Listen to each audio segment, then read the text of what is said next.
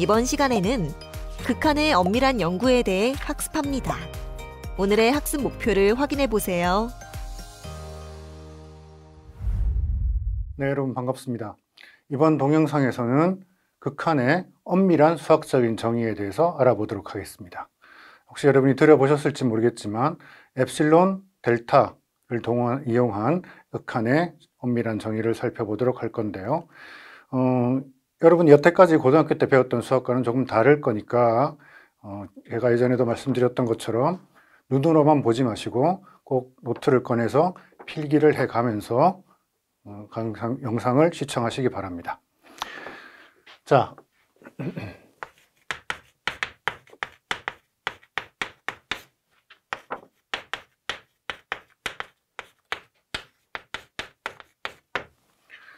우리 극한을 직관적으로는 어떤 거라고 생각을 했었냐면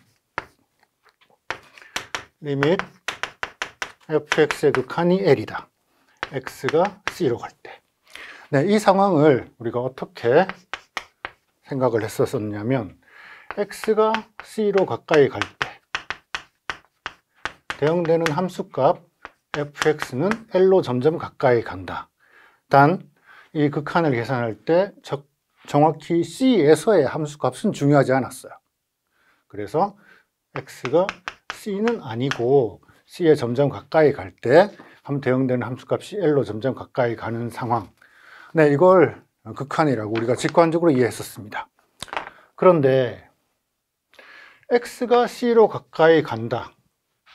fx가 L로 점점 가까이 간다. 가까이 간다의 의미가 뭐죠?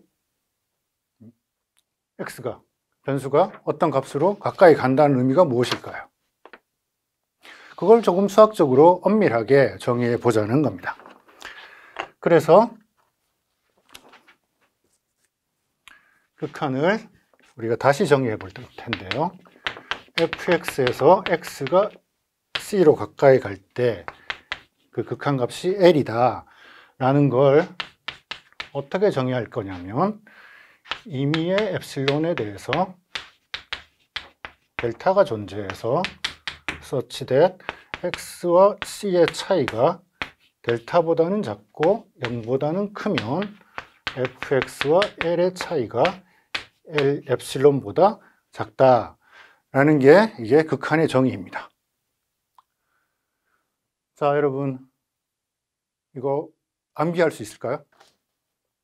어떻게 보면 지금 제가 쭉 쓴 한 줄이 뒤집어진 알파벳, 그리스 문자, 대소관계도 나오고 네, 약자도 나오고 이걸 여러분 어떻게 기억해서 쓸 수 있을까요? 실제 우리가 극한을 엄밀하게 정의를 하려면 이런 문장들을 여러 번 반복해서 사용하게 될 텐데 이 개념을 그냥 기호의 나열로서만 받아들여서는 암기할 수가 없습니다. 그렇죠? 네, 그럴 때 이 암기를 원활하게 하기 위해서 우리가 이해를 해야 됩니다. 그렇죠? 자, 일단 영어 그리고 복잡한 수식들이 많이 등장하니까 이걸 조금 우리가 이해하기 쉬운 한글로 풀어서 바꿔보도록 하죠. 자, 알파벳 A를 대문자 A를 뒤집어 쓴 건 모든, for all 이라는 뜻이었었어요. 그래서 이 부분은 모든 양수, 네, 문자는 그냥 엡실론 그대로 쓸게요. 모든 양수 엡실론에 대해 네. 자, 그 다음 델타가 존재하는데 자, 여기 우리 영어식 표현하고 우리말하고 어순이 좀 다르잖아요. 그렇죠? 그래서 델타가 존재한다는 걸 이 문장의 제일 뒤에 쓰겠습니다. 델타, 양수 델타가 존재한다라는 뜻입니다. 자, 여기 제가 이런 약자를 썼는데요. 이 약자의 의미는 such that 을 줄여서 s.t. 이렇게 쓴 거예요. 네, 우리말로는 그냥 어쩌고 저쩌구인 양수 델타가 존재한다 이런 뜻이에요. 자, 그 다음 여기 들어가는 이 부분은 부등식으로 표현된 두 개의 명제가 서로 연결되어 있는 겁니다.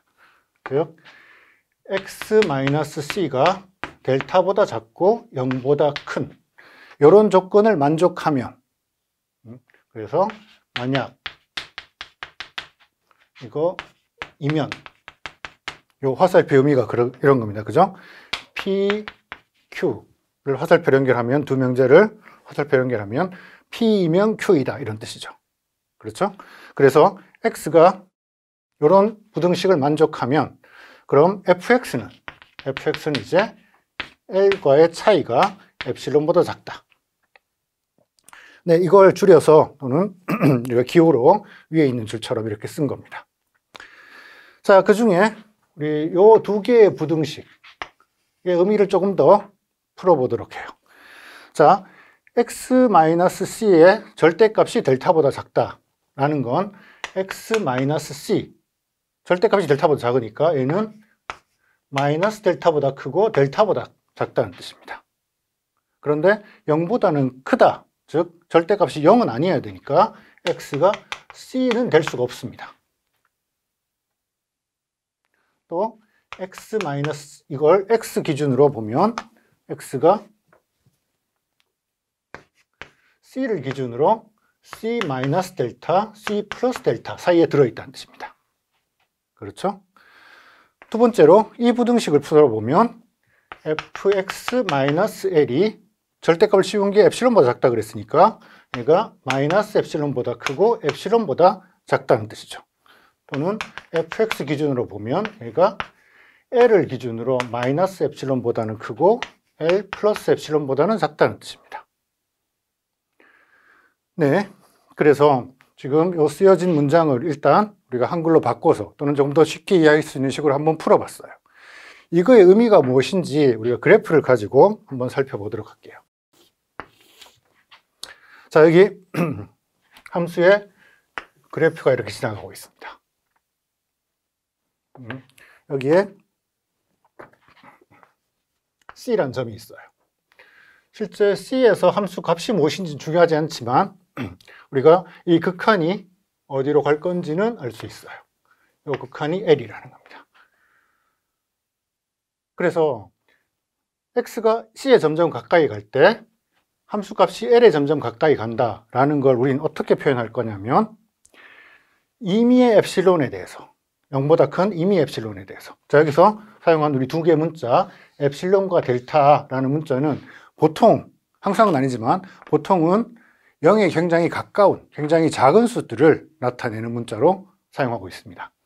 그래서 아무리 작은 엡실론을 선택하더라도 그 뒤에 있는 부분들, 델타가 존재해서 어쩌고저쩌고 이런 일이 벌어져야 돼요.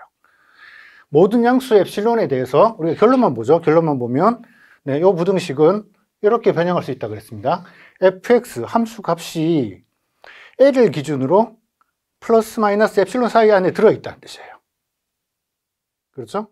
그러니까 엡실론 우리가 선택을 해서 엡실론을 양수를 선택을 하면 L을 기준으로 여기에 L 마이너스 엡실론, L 플러스 엡실론이라는 이런 영역이 생길 겁니다. 엡실론을 작게 선택하면 이 구간이 굉장히 짧아질 수도 있어요. 그렇죠? 그런데 엡실론을 아무리 작게 선택하더라도, 엡실론을 얼마로 선택하더라도 우리는 뭘 할 수 있어야 되냐면 델타를 선택해서 X의 범위를 제한할 거예요. 어떻게? C를 기준으로 C 마이너스 델타, C 플러스 델타 안에서 움직이게 X의 범위를 제한할 거예요. 그래서 만약에 요 근처에서 델타를 작게 선택해서 C 마이너스 델타, C 플러스 델타로 X의 움직임을 제한을 하면, 게다가 X가 C인 경우도 제외했었죠. 그래서 C인 경우는 제외해요.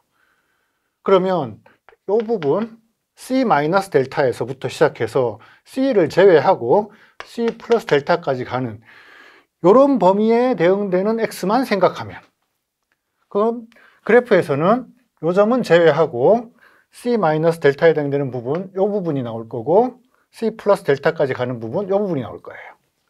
그렇죠?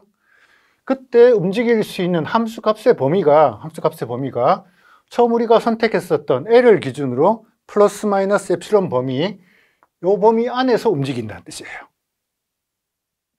그렇죠? 만약 엡실론을 더 작게 선택하면 그럼 벗어나지 않아요? 맞습니다. 그렇죠? 델타를 이렇게 선택해서 함수값이 요 근처에 움직이게 만들어놨는데 엡실론을 더 작게 선택하면 그럼 아까 만든 이 델타는 더 이상 유효하지 않아요. 그렇지만 우리 뭘 할 수 있냐면 요 더 작은 엡실론에 대해서 또 더 작은 델타로 대응할 수 있죠. 그렇죠?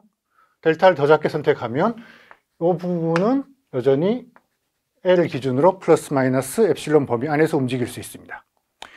이걸 계속할 수 있으면 그러면 X가 C에 점점 가까이 갈 때 그때 대응되는 함수값은 L에 점점 가까이 간다는 뜻입니다.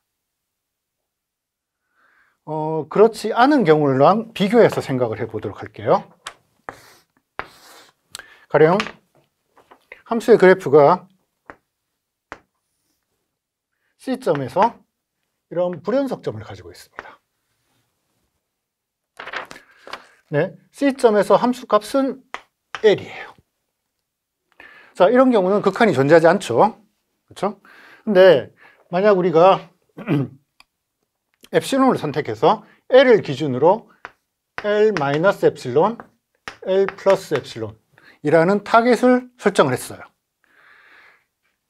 수렴하는 경우에는, 극한이 L로 수렴하는 경우에는 이제 C 근처에서 X의 범위를 제한해주면 대응되는 함수값이 이 타겟 안에 들어가야 되는데 타겟이 이렇게 선택된 경우, 설정된 경우를 생각을 해보면 이제 C를 기준으로 C 마이너스 델타, C 플러스 델타, 델타를 아무리 작게 잡아도 이 부분뿐만 아니라 이 부분에도 함수값이 나와요.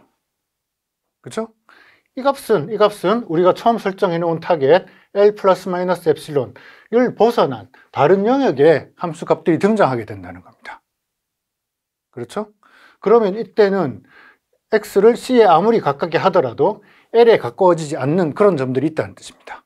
그래서 이게 우리가 앞으로 사용하게 될 극한의 엄밀한 정의에 해당되겠습니다. 네, 그럼 엄밀한 정의를 이용한 극한의 간단한 예를 살펴보도록 하겠습니다. 가령 3x-7이라는 함수가 있을 때 x를 4로 극한을 취하면 값이 얼마죠? 이런 경우에는 그냥 숫자를 대입하면 되죠. 그래서 결과는 5가 되어야 됩니다. 이걸 엡실론과 델타를 이용한 엄밀한 형태로 우리가 증명을 해 보도록 하겠습니다. 자, 이런 극한을 증명하기 위해서는 먼저 무엇을 증명해야 되는지 한번 써보는 게 굉장히 좋습니다. 그래서 제가 이런 약자를 가끔 쓸 텐데요. 무슨 뜻이냐면 want to show 해서 앞으로 요식을 증명해 보고 싶어요, 이런 뜻입니다. 자, 요 극한식을 엡실론과 델타를 써서 엄밀하게 표현한 정의가 무엇이었었냐면 임의의 엡실론에 대해서 양수 델타가 존재하는데 x-4의 크기가 델타보다 작고 0보다 크면 그럼 fx, 여기서 fx는 3x-7입니다. 그렇죠? fx 3x-7하고 대응되는 함수값, 이 차이, 극한값 5의 차이가 엡실론보다 작다. 이걸 증명해야 됩니다. 그렇죠? 이게 우리가 증명할 내용입니다. 그래서 이미 엡실론에 대해서, 주어진 엡실론에 대해서 우리가 델타를 항상 어떻게 선택할 수 있는지 그걸 밝혀야지 증명이 완성되는 겁니다. 보통 이 증명을 한꺼번에 쓰는 것보다는 우리가 목표로 하는 이 수식으로부터 요식을 만족할 델타의 범위가 어떻게 되는지 미리 계산을 좀 해보는 게 좋은데요. 그걸 흔히 우리 예비 분석 단계라고 부릅니다. 자, 예비 분석 단계에서는 보통 우리가 목표로 하는 이 부등식을 가지고 시작을 하는데요.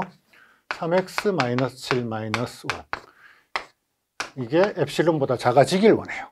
이미 엡실론에 대해서 이런 조건을 만족하는 그런 x의 범위를 찾아보자는 거예요. 자, 이 부등식을 좀 변형을 하면 3x-12의 크기가 엡실론보다 작아야 되는 거고, 또는 이건 x-4의 절대값에 3을 곱한 것과 같아요. 그 얘기는 x-4의 크기 기준으로 보면 3분의 엡실론보다 작다라는 부등식을 얻을 수 있습니다. 지금 이 부등식들을 변형하는 과정을 보면 위에 두 부등식이 두 줄이 서로 동치, 한 등식, 동일한 부등식입니다. 또 이 두 부등식도 동일한 조건을 나타내는 부등식이죠. 자, 사실 예비 분석에서부터 시작해가지고 예비 분석을 통해서 우리가 얻고자 하는 건 무엇이냐면 x의 범위를 어떻게 제한을 하면 이 결과를 얻을 수 있을까라는 거예요. 그러니까 요 명제 입장에서 보면 이런 조건을 얻기 위한 어떤 충분 조건을 찾기를 원하는 거예요. 그죠? x의 범위를 어떻게 제한을 하면, x의 범위를 4 근처에서 얼마나 제한을 하면 이런 부등식을 얻을 수 있을까라는 건데, 이 경우에는, 이 예제인 경우에는 편리하게도 주어진 결론 부분을 변형을 했더니 x-4의 범위가 어떤 특정한 값보다 더 작아져야 된다라는 것과 동치인 형태로 변형할 수 있었어요. 그때 요 3분의 엡실론이라는 걸 그럼 델타로 선택을 하면 어떻게 되죠?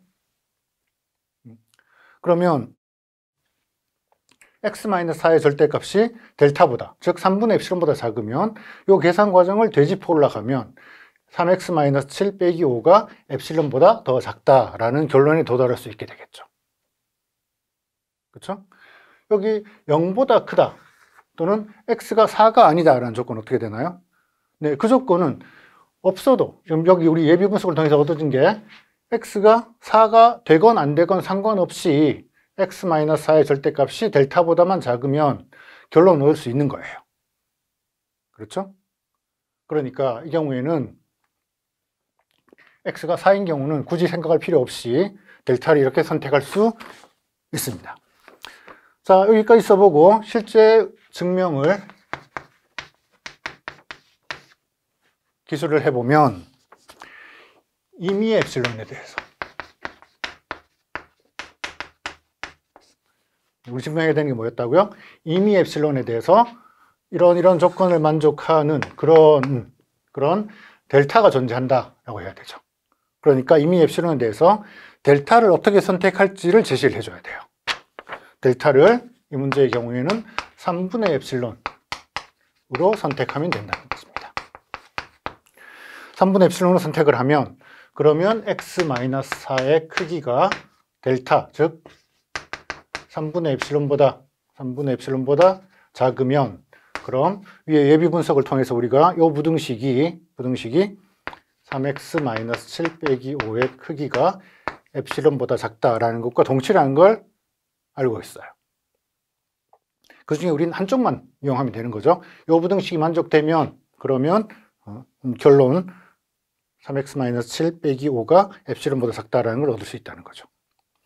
여기에 조건이 더 강화되는 건 전체 명제의 진리값에는 전혀 영향을 미치지 않는 거예요.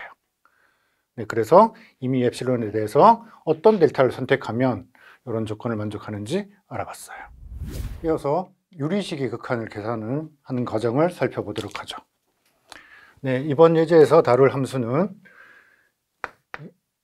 2x의 제곱 마이너스 3x 마이너스 2를 x 마이너스 2로 나눈 유리함수입니다. 여기서 x가 2로 갈 때 극한을 계산하면 결과가 5가 나올 텐데, 네, 이건 계산은 분자를 인수분해해서 0으로 가는 인수를 나누고 개입해보면 쉽게 얻을 수 있죠. 자, 이걸 우리 엡실론 델타를 써서 엄밀하게 증명한다고 하면 먼저 무엇을 증명해야 되는지 한번 써보도록 할게요. 이 극한식을 엡실론 델타를 써서 번역을 해보면 이미 엡실론에 대해서 델타가 존재하는데 어떤 델타냐면 x의 범위가 2에 굉장히 가까워요. 델타만큼 가까워요. 0보다는 크고 델타보다는 작은 이런 조건을 만족하면 그때 함수값하고 극한값 5가 가깝다는 뜻이에요. 함수값 2x제곱 마이너스 3x 마이너스 2를 x-2로 나눈 이 함수의 값하고 O의 차이가 엡실론보다 작다는 뜻이에요. 자, 우리가 해야 되는 작업은 이미 엡실론에 대해서 이런 조건을 만족하는 델타를 어떻게 찾을까라는 거예요. 네, 이 계산은 항상 결론에서부터 시작해야 된다 그랬죠. 그래서 우리가 예비 분석 단계에서는 저 결론, 즉 2x의 제곱 마이너스 3x 마이너스 2 나누기 x 마이너스 2의 절대값이 여기다가 극한값 5를 뺀 것의 절대값이 엡실론보다 작다. 이런 결론을 얻기 위한 충분 조건을 이런 꼴로 나타내고 싶어요. 그래서 이 식을 좀 변형을 해보도록 할게요. 먼저 네, 요 분자를 인수분해를 하면 네, 2x 더하기 1하고 x 마이너스 2로 인수분해가 되네요. 그렇죠? x제곱 네, 이걸 나누기 x 마이너스 2 한 다음에 네, 이런 식인데 동일한 식이에요. 그렇죠? 분자만 인수분해한 것뿐입니다. 그런데 여기서 분자에 있는 x-2, 분모에 있는 x-2를 서로 약분을 해보면 약분할 수 있나요? 할 수 있죠. 단 이 경우에 이 두 개가 동치인 그런 명제는 아닙니다. 언제? x가 2인 경우가 문제가 돼요. x가 2만 아니면 두 부등식은 동일한 부등식이에요.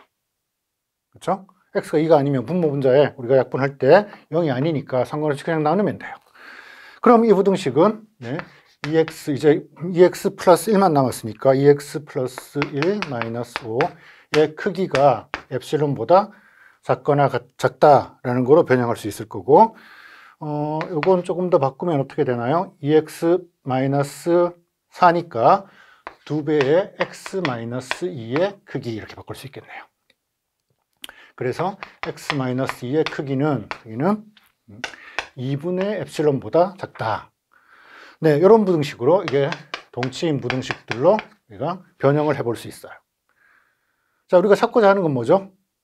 이런 결론을 얻어내기 위해서 x-2의 범위를 얼마나 제한해야 되느냐라는 거였어요. 지금 여기 있는 2분의 엡실론이 정확히 그 역할을 하는 거죠. 이걸 델타로 선택하면 되겠습니다.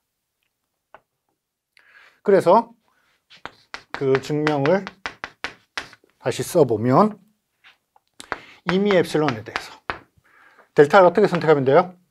델타를 2분의 엡실론으로 선택하면 되겠죠. 2분의 엡실론으로 선택을 해요. 이렇게 선택을 하면 x-2의 크기가 델타보다 작아요. 그런데 0보다는 커요. 그러면 이 부등식이 우리 결론과 동치라 그랬어요. 단 x가 2는 아닌 경우에요. 여기 이 절대값이 x-2의 절대값이 0보다 크다. 그 경우엔 x가 2인 경우가 배제가 되죠. 때문에 이 부등식을 가지고 있으면 우리가 결론으로 생각했었던 2x의 제곱 마이너스 3x 마이너스 2를 x-2로 나눈 이 함수값과 극한값 5의 차이가 엡실론보다 작아진다라는 걸 알 수가 있게 되겠죠. 네, 그럼 극한을 엡실론과 델타로 표현하는 또 다른 예제를 하나 살펴보도록 하겠습니다. 이 예제에서는 양수 C에 대해서 x의 제곱근 함수 루트 x의 극한을 생각해 보도록 하죠. x가 C로 가까이 갈 때 이 극한은 루트 C가 될 겁니다. 네, 이걸 엡실론과 델타를 써서 증명을 해 보도록 할게요. 먼저 우리가 증명해야 되는 사실, 증명하고 싶은 내용이 뭔지 써보도록 해요. 이미 엡실론에 대해서 델타가 존재하는데, 양수 델타가 존재하는데 such that x-c 요 차이가 델타보다 작고 0보다 크면 그럼 함수값과 극한값의 차이 루트 x와 루트 c의 차이가 엡실론보다 작아진다라는 게 우리의 목표예요. 자, 이미 엡실론에 대해서 이런 델타를 선택하기 위해서는 먼저 우리 결론에 해당되는 이 부등식을 변형을 해야 되죠. 그래서 예비 분석 단계에서는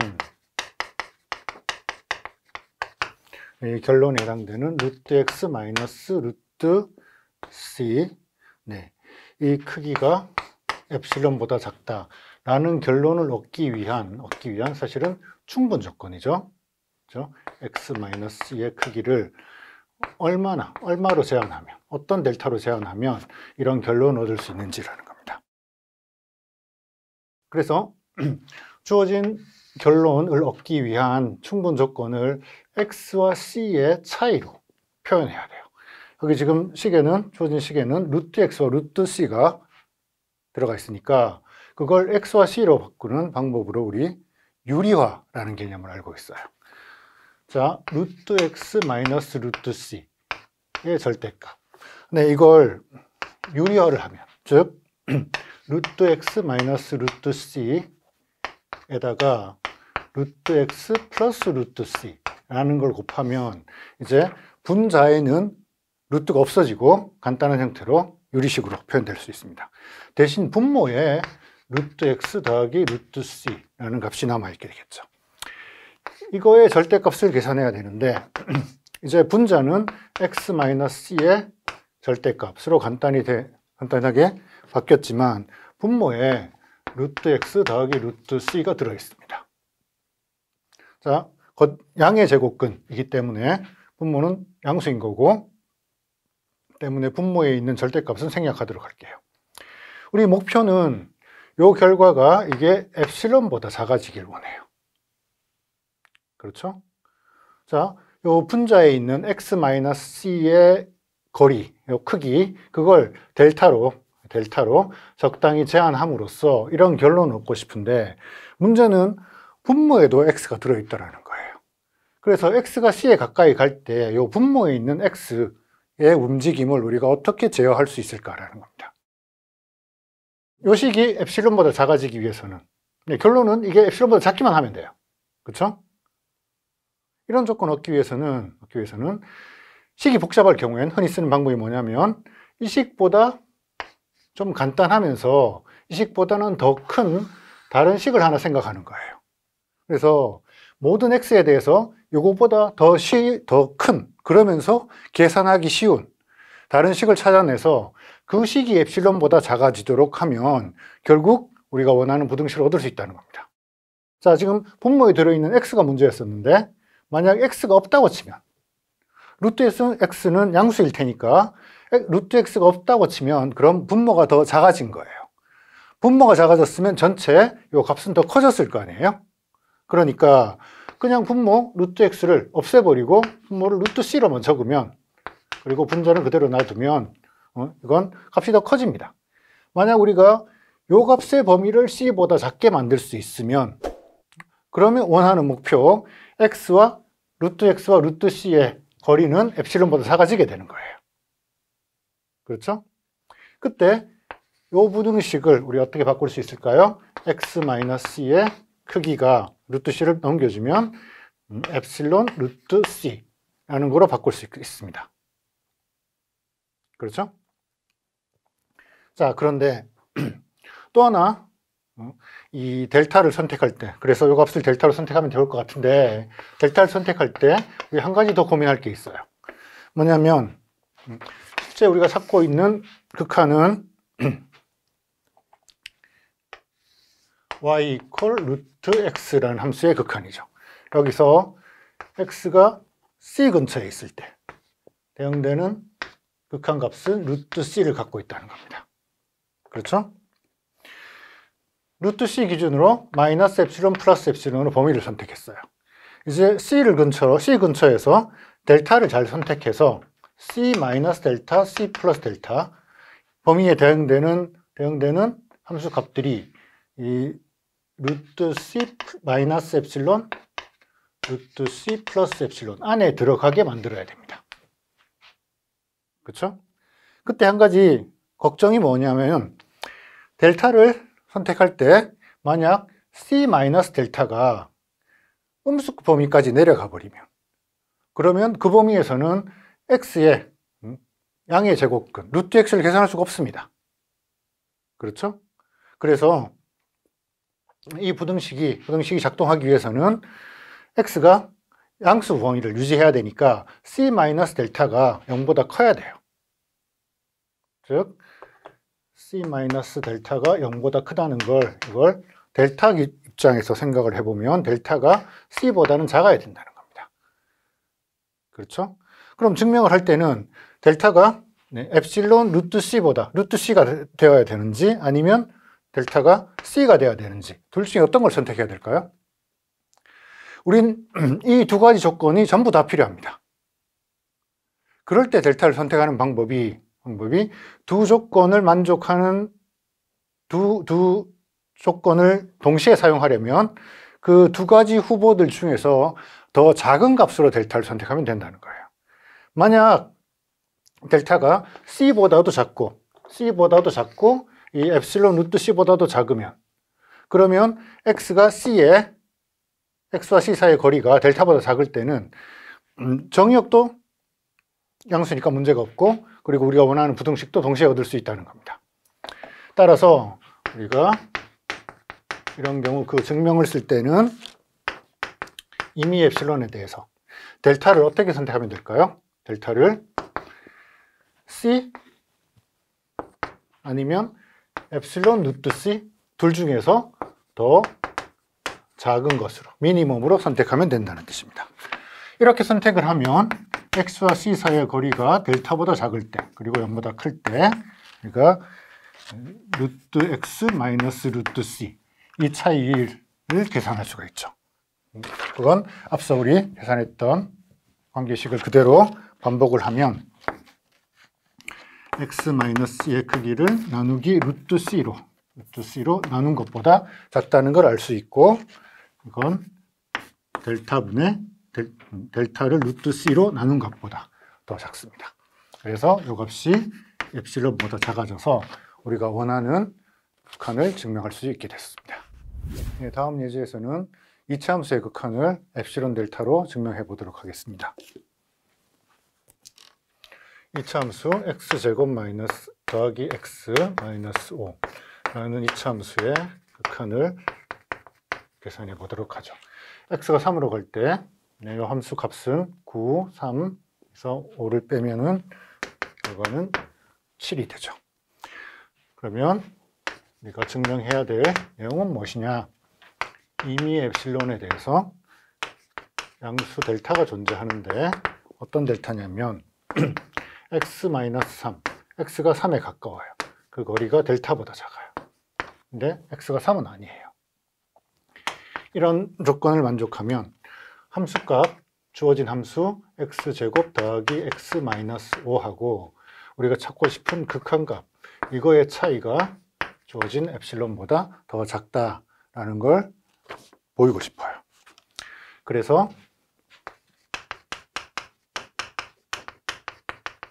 예비 분석 단계에서는 결론에 해당되는 부분을 정리해 보도록 하죠. 자, x제곱 더하기 x 마이너스 5 빼기 7 이 값이 엡실론보다 작다라는 결론을 얻고 싶어요. 네, 이걸 변형을 해보면 먼저 이런 2차식일 테니까 이걸 인수분해를 해보면 x 마이너스 x 더하기 4하고 x 빼기 3 이런 두 개의 인수로 분해가 될 겁니다. 자, 우리가 이런 조건으로부터 즉 x 마이너스 3을 델타보다 작게 만들 수 있어요. 그래서 요 x 마이너스 3 요 크기를 우리가 적절하게 조절할 수 있어요. 문제는 그럴 때 이 x 더하기 4의 값을 어떻게 컨트롤 할까라는 거예요. 결론은 이 값이 엡실론보다 작아져야 되는데 요 항을 우리가 어떻게 제어할 수 있을까라는 거죠. 네, 그럴 때 선택하는 한 가지 방법이 자, 델타를 적절히 선택을 했어요. 그러면 x는 일단 3을 기준으로 플러스 마이너스 델타 범위 안에 들어있을 겁니다. 그런데 그 델타를 일반적으로 작게 선택한다 그랬죠. 얼마나 작게? 잘 모르겠지만 적절한 값으로 한번 선택을 해봐요. 먼저. 그래서 델타가 그냥 1보다 작은 값으로 선택했다고 그래보죠. 또는 그냥 1이라고 생각해 봐요. 자, 델타를 이렇게 선택을 하면 x 더하기 4, 우리가 지금 다루기 힘들었었던 이 부등식 이 항 x-4의 크기는 어떻게 제한될 거냐면 x는 3 근처에서 놀아요. 그러니까 이걸 x-3하고 나머지 7로 나눠서 생각해 볼 수 있죠. 자, 여기다가 이 두 부분의 절대값을 따로따로 계산해서 삼각부등식을 적용해 보면 x-3의 크기하고 플러스 7로 바꿀 수 있습니다. 자, 델타가 우리가 델타를 어떻게 선택할지 모르겠지만 x-3의 절대값이 델타보다 작으니까 이 부분은 델타로 바꿀 수가 있고 더하기 7. 만약 델타를 선택할 때 1보다 작게 선택한다면 이 값이 8보다는 더 작을 겁니다. 그렇죠? 그래서 처음 델타를 선택할 때 1보다 작다, 1보다 작은 범위에서 델타를 선택을 하면 우리가 컨트롤하기 어려웠었던 요항의 범위가 일단 8보다는 작게 그렇게 제한이 된다는 거예요. 그럼 이제 진짜 델타는 어떻게 선택할까요? x 더하기 4의 크기 그리고 x-3의 크기, 이 크기를 곱한 게 지금 앞에 있는 우리가 거추장스러웠던 항은 8로 제한이 되어 있어요. 8 곱하기 x-3의 절대값, 이걸 델타 엡실론보다 작게 만들려면 그때 x-3의 크기는 얼마나 작아야 될까요? 이것과 동치인 부등식은 x-3의 크기가 8분의 엡실론보다 작으면 됩니다. 그래서 이 값을 우리의 델타로 선택하면 되지 않냐는 거예요. 그런데 만약 처음에 주어졌던 엡실론이, 보통은 엡실론이 작은 값이지만 엡실론이 가령 8보다 더 큰, 가령 엡실론이 16인 경우, 그럼 8분의 16이 2가 돼서 오히려 1보다 더 큰 값이 됩니다. 그죠? 그런 경우에는 델타를 2로 선택하지 않고 그럼 1보다 작은 값으로 선택을 해야 되는 거죠. 그럴 때 델타를 어떻게 선택한다고요? 요 두 조건을, 우리가 요 두 조건을 다 쓰고 싶을 때는 그 두 조건을 주는 델타의 최소값으로 델타를 선택하면 됩니다. 그래서 그 증명을 풀어 써보면 이미 엡실론이 주어져 있을 때 우리 델타는 어떻게 선택하면 될까요? 첫 번째 부등식에서 부등식을 만들어주는 1, 그리고 두 번째 부등식에서 델타의 범위가 조건이 8분의 엡실론보다 작으면 된다 그랬어요. 이 두 숫자의 미니멈으로 최소값으로 델타를 선택해요. 그러면 이 1번과 2번의 부등식을 다 사용할 수 있게 되는 거죠. 그래서 x-3의 크기가 델타보다 작고 0보다 크면, 그러면 x제곱 더하기 x-5 그리고 극한값 7의 차이는 앞서 우리 계산했었던 결과대로 x 더하기 4와 x 빼기 3의 절대값의 곱으로 이렇게 정리가 될 거고, 이 경우에 델타가 1보다 작으니까 앞부분을 8로 제한할 수 있어요.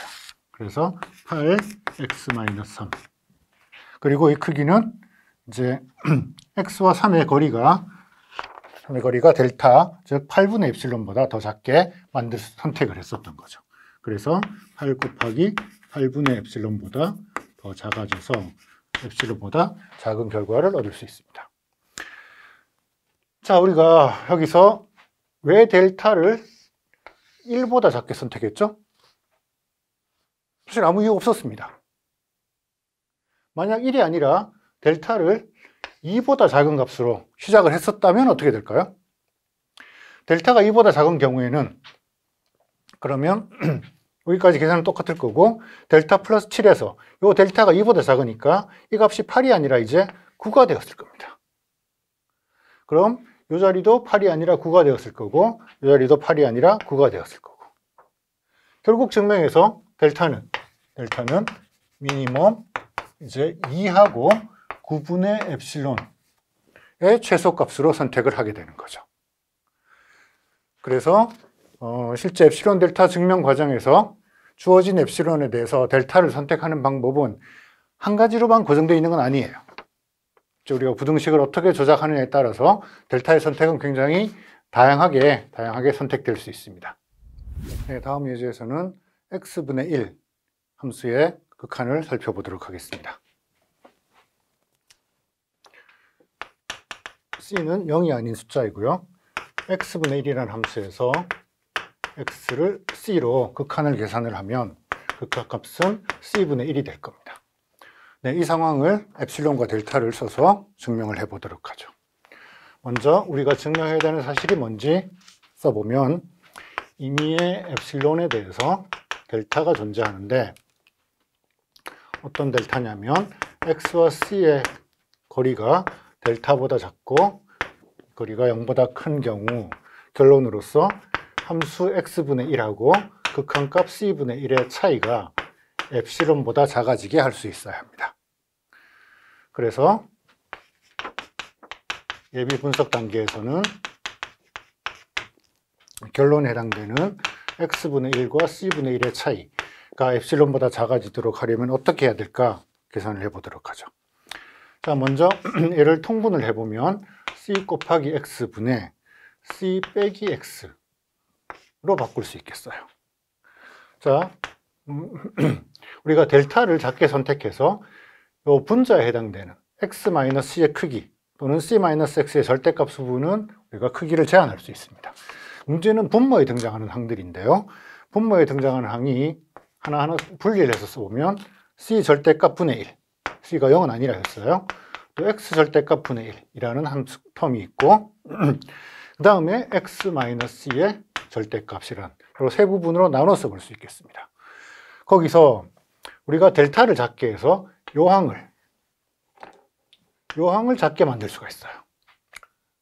그런데 x분의 1이란 x 절대값분의 1이란 이 항이 어떻게 움직일지를 제어를 해야 돼요.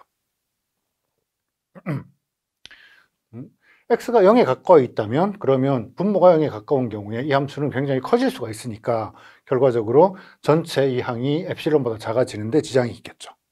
그래서 델타를 잘 선택해서 우리가 이 x가 0에서부터는 꽤 떨어져 있게 만들고 싶어요. 그래서 이게 엡실론보다 작아지게 하려면 델타를 어떻게 선택해야 될까? 네, 이 x 절대값 분의 1이라는 함수를 한번 생각해 보죠. y가 x 절대값 분의 1. 이 함수의 그래프가 어떻게 생겼는지 보면 이런 y가 x분의 1 또는 y가 마이너스 x분의 1 이런 거 이렇게 생긴 함수예요. 자, c가 양수일 수도 있고 음수일 수도 있지만 그 중에서 c가 양수인 경우를 생각해 보면 또는 음수인 경우에는 절대값을 씌워서 오른쪽에 있다고 생각을 하죠. 네, 그러면 이 c 절대값 기준으로 우리가 델타를 선택을 할 때 c가 x의 범위가 0에서는 꽤 떨어져 있기를 원해요. 그냥 c라고 할까요? c 기준으로 우리가 델타를 선택할 건데 c-델타, c 플러스 델타를 선택할 건데 범위가 원점에 가까워지면 그럼 x의 절대값 분의 1이라는 값이 굉장히 커질 수 있기 때문에 원점에서 좀 떨어져 있고 싶어요. 네, 그러려면 c가 0은 아니라 그랬으니까 c가 원점에서 떨어져 있는 간격, 그 간격의 절반 정도 가보면 어떨까요? 즉, 이 값을 2분의 c 정도가 되게 그렇게 델타를 선택할 수 있을 거예요. 그렇죠? 그래서 만약에 델타를 2분의 c 또는 c가 음수인 경우도 같이 고려를 하면 2분의 c의 절대값 정도로 선택을 하면 x-c의 크기가 델타보다 작을 때 0보다 크고 델타보다 작을 때 저게 2분의 c의 절대값이에요. 이거로부터 우리가 어떤 x 절대값 분의 1이라는 함수의 범위를 어떻게 제한할 수 있냐면 이 크기가 c 절대값 분의 2보다는 더 작게 돼요. 왜 그럴까요? 네, 왜 그러냐면 x의 절대값, 요 범위, 요 조건 하에서 x의 절대값을 한번 계산해 보도록 할게요. 이걸 x-c 플러스 c, c를 한 번 더 빼주고 더해주고 동일한 거죠. 에다가 네, 삼각부등식을 쓰면, 네, 삼각부등식을 조금 바꿔서 써볼게요. 이렇게 표현하는 대신에 여기를 네, c 더하기 x 그리고 마이너스 c, 그래서 c를 한 번 더해주고 한 번 빼줬어요. 동일한 식이죠. 여기에 삼각부등식을 거꾸로 써보면 c의 절대값 빼기 x 마이너스 c, 이것도 원래 오른쪽에 왼쪽에 있었던 x 마이너스 c라는 절대값이라는 항을 오른쪽으로 옮겨온 거예요. 네, 그래서 x-c의 크기를 델타로, 즉 2분의 c의 절대값으로 제한을 하면 이 값이 c의 크기 빼기 2분의 c의 절대값, 즉 2분의 c의 절대값보다 더 크게 되죠. 그래서 역수를 취하면 대소관계가 바뀌니까 x 절대값 분의 1은 c 절대값 분의 2보다는 더 작다로 제한됩니다. 그래서 제어하기 어려웠던 요 항의 범위를 제한했고, 이제 나머지 우리가 원하는 목표를 계산하기 위해서는 c 절대값이 있었고, 네, x 절대값 분의 x-c의 절대값, 요 항을 c 절대값은 그냥 두고, 네, x 절대값 분의 1은 어떻게 제한된다고요? c 절대값 분의 2로 제한할 수 있다고 했어요. 요거보다 더 작아져요. 거기에 x-c의 절대값, 요게 엡실론보다 작아지도록 하려면 그럼 델타는 어떻게 선택하면 될까요? 이거 동치인 부등식을 x-c로 써보면 이제 앞에 있는 요 항들을 반대로 다 넘겨주면 네, 2분의 엡실론 그리고 c가 두 번 있으니까 c의 제곱이라고 쓸 수 있겠어요. 자, 우린 요 값이 우리가 원하는 델타가 되겠죠. 또 델타는 요 값보다 더 작거나 작아야 돼요. 자, 그럴 때 우리 델타를 어떻게 선택한다 그랬어요? 요 두 조건을, 두 가지 후보의 델타들의 미니멈으로 선택을 하면, 더 작은 값으로 선택을 하면 두 가지 부등식을 동시에 쓸 수 있다는 뜻이죠. 그래서 그 증명은 임의의 엡실론에 대해서 델타를 최소값으로 선택하겠어요. 먼저 2분의 c의 절대값이라는 값하고, 그리고 여기 있는 2분의 엡실론 곱하기 c의 제곱, 이거로 선택을 해요. 그러면 x-c, 요 차이가 델타보다 작을 때, 0보다 클 때, 요 두 가지 부등식을 다 사용할 수 있게 됐어요. 때문에 x분의 1 빼기 c분의 1의 차이는 요 두 가지 부등식을 동시에 사용해서 엡실론보다 작아진다라는 걸 확인할 수 있게 되겠습니다. 네, 극한의 개념을 엡실론과 델타로 엄밀하게 다시 정의해 봤었습니다. 이번엔 그 정의를 좌극한, 우극한에는 어떻게 변형해서 적용해야 되는지 살펴보도록 하겠습니다.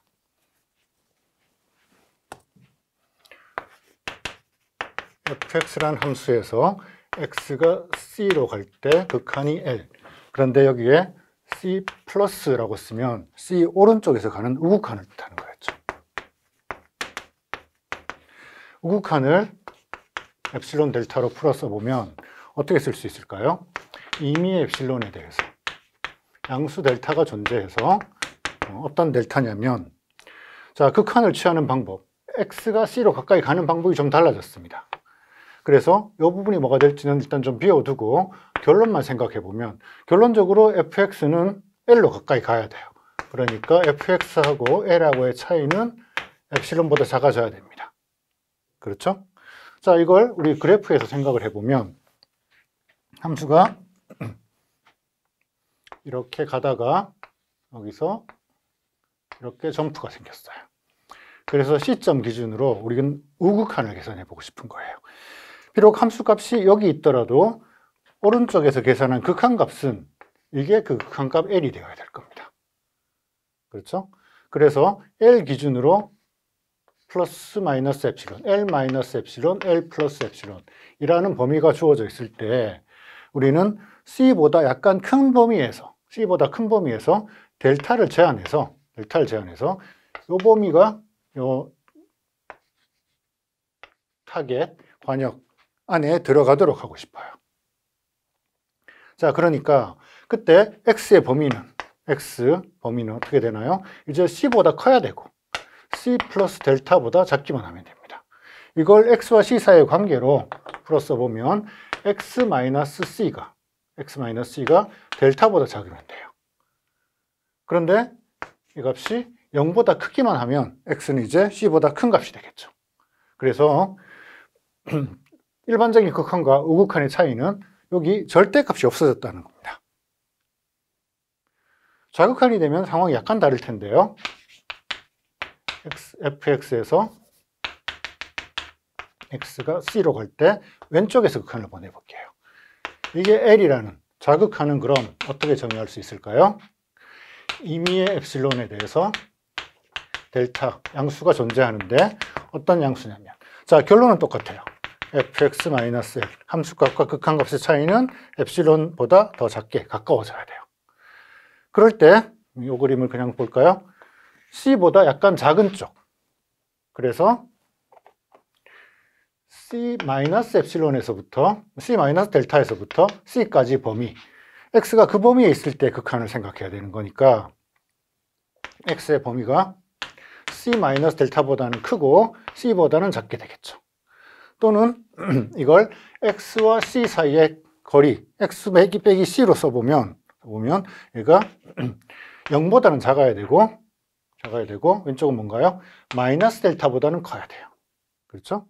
그래서 X의 범위가 이렇게 제한이 될 때 함수값과 극한값 L의 차이가 엡실론보다 작으면 fx의 좌극한이 X가 C로 갈 때 좌극한이 L이다 라고 이야기할 수 있겠습니다. 오늘은 극한의 엄밀한 연구를 주제로 학습을 진행하였습니다. 이번 시간에 배운 핵심 개념을 통해 정리해 보세요.